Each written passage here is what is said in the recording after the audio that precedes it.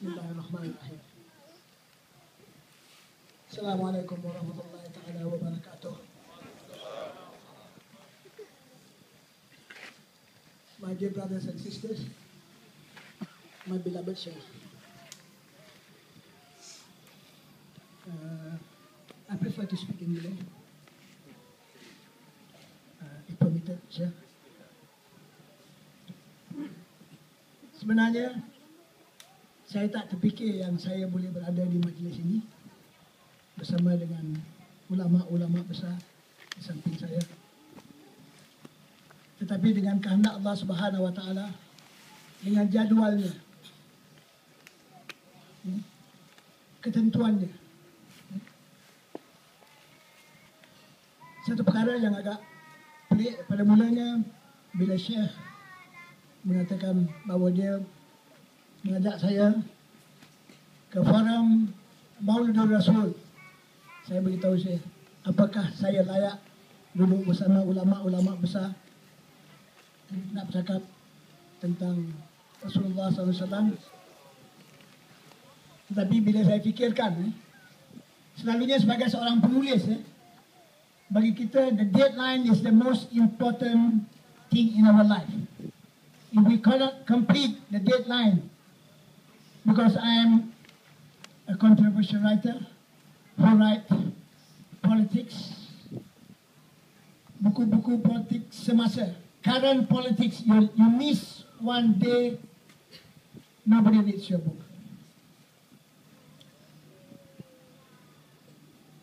Kemarin saya bersama dengan anak-anak angkat saya yang pernah menghadiri, mendengar hikmah kebesaran La ilaha illallah yang masuk ke hati anak-anak angkat saya yang ada di belakang sana dan di sana. Ada seorang daripada anak angkat saya yang beritahu dengan saya, Puan Sri Suraya ajak dia pergi Pulau Besar, Nora. Abah, dia kata, saya ni macam dipikir banyak kali antara nak pergi dengan tak nak pergi. Miracle happen to those who believe in them. I believe in miracle. Saya percaya kepada keajaiban, kebesaran Allah Subhanahu Wa Taala. Saya bertanya dengan Nora, kenapa Nora tak nak pergi ke Pulau Besar? Dia pun macam saya agaknya. Anak-anak angkat saya lebih kurang macam saya juga. Dia kata, pertama cara berpakaian dia, cara berfikiran dia. Kemudian saya kata, Nora, jika kamu boleh pergi ke Jakarta, boleh pergi ke Singapura, kenapa tidak pergi menziarahi Sultanul Arifin Billah, Sultan Ismail? Why not? If you can go anywhere, why not you come to the big island? Why? Why not? You ask yourself. Dan melihat kebesaran Allah Subhanahu Wa Taala, hikmah yang ada pada awliya Allah Subhanahu Wa Taala, you will see miracles in this big island. Dia kata berfikir. Saya bilang, ikutlah kakak kamu tu, Sister Suraya tu. Dan tadi sebelum kita sampai ke Pulau Besar, saya terkejut tengok dia. Betul ke Nora ni pakai baju kurung, bertudung? Betul ke ni anak saya ni? Alhamdulillah. Jadi saya tak mau cerita tentang sahabat-sahabat dan sebagainya. Saya mau menceritakan manusia yang macam saya, macam anda semua yang ada depan saya. Satu orang yang kerjanya menjaga unta, yang tak kenal Rasulullah Sallallahu Alaihi Wasallam. Macam kita semua, kita tak pernah kenal. Berapa orang daripada kita yang ikut saya ni yang tahu siapa Nabi Muhammad SAW? Ada antara anak angkat saya tadi, dia bilang, terkejut kita boleh ada kat sini malam ni sama abah dia. Saya bawa 4 orang anak angkat saya, yang dia tak terfikir dia boleh, pertama kali dalam seumur hidup dia boleh menghadiri majlis yang macam ni. Dia fikir banyak kali. Satu manusia yang tidak pernah berjumpa dengan Rasulullah sallallahu alaihi wasallam, tetapi kerana kecintaan dia kepada Rasulullah. Awis Al-Qarani daripada Yaman. Salah satu daripada perang, bila Nabi gigi dia sallallahu alaihi wasallam bergerham dia tersebut, dia cabut gigi dia. Allah Subhanahu wa taala menjadikan dia orang yang memegang kunci syurga. He holds the key to heaven. Dan kerana Ustaz tadi menceritakan tentang kehebatan sahabat Rasulullah Sayyidina Umar bin Khattab, orang-orang ini adalah orang-orang yang taat. Nabi Muhammad SAW memerintahkan kepada Umar, "Ya Umar, cari ini manusia yang namanya Awis Al-Qarani. Cari dia.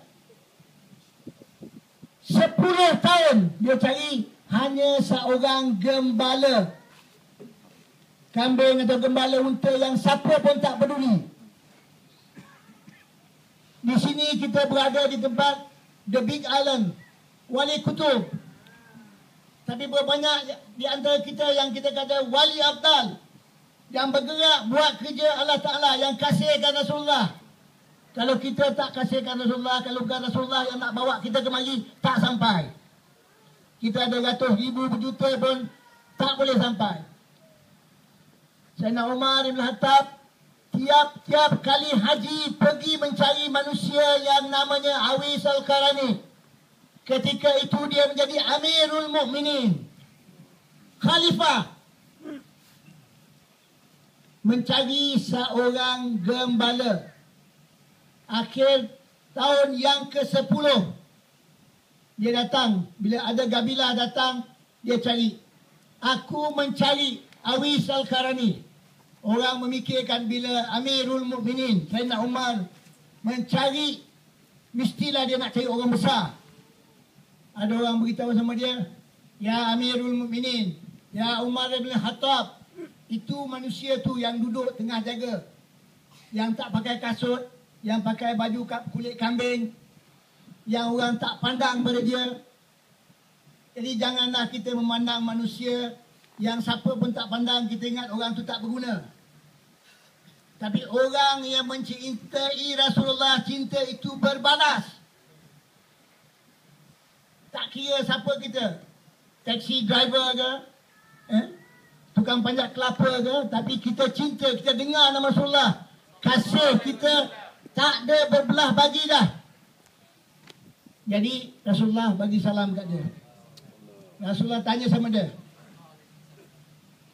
"Siapa nama kau?" Dia bilang, "Aku hamba Allah." "Min antum?"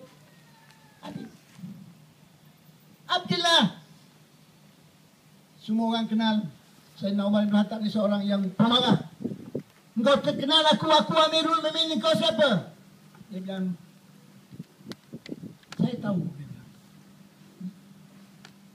"Tuan adalah Amirul Mukminin Umar bin Khattab. Saya Awis Al-Qarani." Dia cakap, "Awis Al-Qarani?" Umar tak percaya. "Engkau Awis Al-Qarani?" "Ya." Dia bilang, "Saya tidak pernah jumpa Rasulullah SAW. Kamu seorang sahabat yang bersama-sama dengan Rasulullah SAW. Kita ni semua tak pernah jumpa Rasulullah SAW. Mungkin ada yang pernah bermimpi atau yang kelebihan.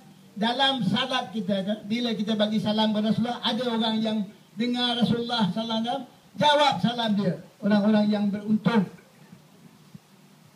Kita ni sama. Iaitu Rasulullah kata, di akhir zaman, orang-orang yang tidak pernah dengar nama aku, tidak pernah jumpa aku, tidak tahu tentang salat dan sebagainya, tapi mencintai aku, orang-orang inilah yang lebih daripada sahabat-sahabat aku. You are the best. Allah Subhanahu wa taala loves you. Prophet Muhammad sallallahu alaihi wasallam loves you. You are lucky people. We are all lucky people. Kita adalah orang yang dikasihi Rasulullah kerana kita kasihkan Rasulullah. Kita tinggalkan kerja kita, anak, isteri, cucu, cicit. Teman saya ni cucu ada, cicit ada, tinggal kat rumah. Nak bersama-sama pada malam Maulid Rasul. Jadi Rasulullah ini, Ali bin Umar bin Khattab bilang, "Apa bukti yang kamu habis sekarang ni?" Dia pun buka sebelah kiri dia. Nur keluar daripada bahu kiri dia. Cukup. Umar bin Khattab kata, sudah, enough. Aku tak boleh tahan itu. Umar bin Khattab kata, dan kau tinggalkan kerja ni. Ikut aku. Nak buat apa? Aku kasih kau kasut baru. Habis sekarang ni kata, ini kasut aku sudah pakai berpuluh tahun. Tak pernah tukar-tukar. Ini kasut original. Listen. Original kasut. Tak percaya. Kadang-kadang orang tengok saya yang pernah saja dah baik, tengok saya pakai kasut original. Orang pun heran. Apa dah jadi dengan Pak Bin ni, tak mampu nak beli kasut ke? Saya kata saya ikut Awi Salkarani. Pakai kasut original. Sekarang pun tak pakai kasut. Bagi kasut. Jadi dia bilang, aku bagi kau duit. Banyak mana kau nak? Aku ada 1 dirham satu hari. Aku fakir. Itu pun tak habis makan. 1 dirham nak buat apa aku ikut kau. Jadi, ambil rumah, tak payah.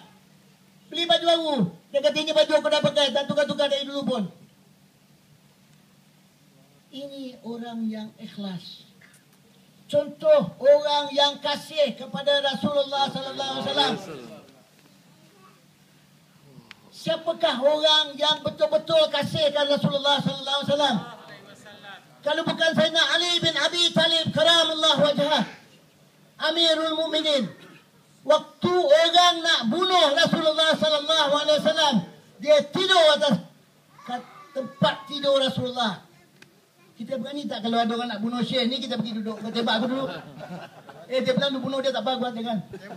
Tembak Syekh dulu. Tapi dengan Syekh anytime. Tapi kalau orang nak buat apa-apa kat Syekh, dia berani melindungi Syekh.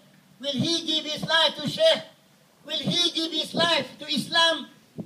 Will he be able to spread his blood as Shahid to keep this Islam?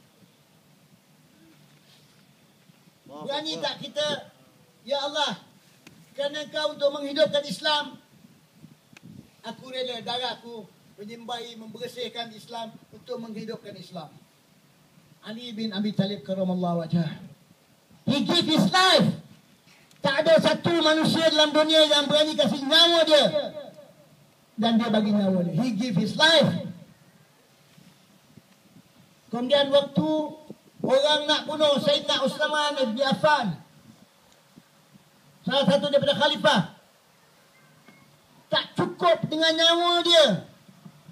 Dia suruh kedua-dua putera dia, Sayyidina Hasan dan Sayyidina Husain radhiyallahu anhu, kau masuk ke dalam istana Utsman bin Affan, kau selamatkan dia, give your life. Berapa orang yang cakap cintakan Nabi berani kasih nyawa? Kalau setakat nak cerita-cerita aku sayangkan Nabi, aku je don't bullshit lah. Nabi tak dengar apa yang kita cakap? Nabi tak tahu apa yang ada dalam hati kita? Baru sebenar kita dengar. Apa ayat-ayat yang bercakap tu kita dengar. Dalam hidup jangan jadi hipokrit. Jangan jadi munafikun. Kalau kita cintakan Rasulullah SAW, kita tinggalkan segala-galanya. Pada manusia, benda yang paling berharga ialah nyawa dia. Itu tanda kita cinta pada Rasulullah SAW. His life. Dia berani berkata benar. Jihadul Akbar. Siapa pun buat salah, dia tak peduli. Setan ke, syaitan ke, siapa ke. If you're wrong, you're wrong. Kenapa hari ini Islam tenggelam? Orang Islam menyelam, timbul macam kura-kura, macam labi-labi. Tengok kiri kanan timbul. Okay, am I safe? Berapa ramai yang berani menyampaikan amar ma'ruf nahi mungkar? Kalau kita berani menyampaikan amar ma'ruf nahi mungkar, pertama dengan anak isteri kita dulu, dengan diri kita. Yang tak betul, siapa pun buat, kita berkata, tolonglah bro. Lu fikirlah bro, lu mengarutlah. Hari ni orang-orang Islam, jiran buat salah, apa buat salah. Tutup mulut. Shh, jangan cakap. Jangan tegur.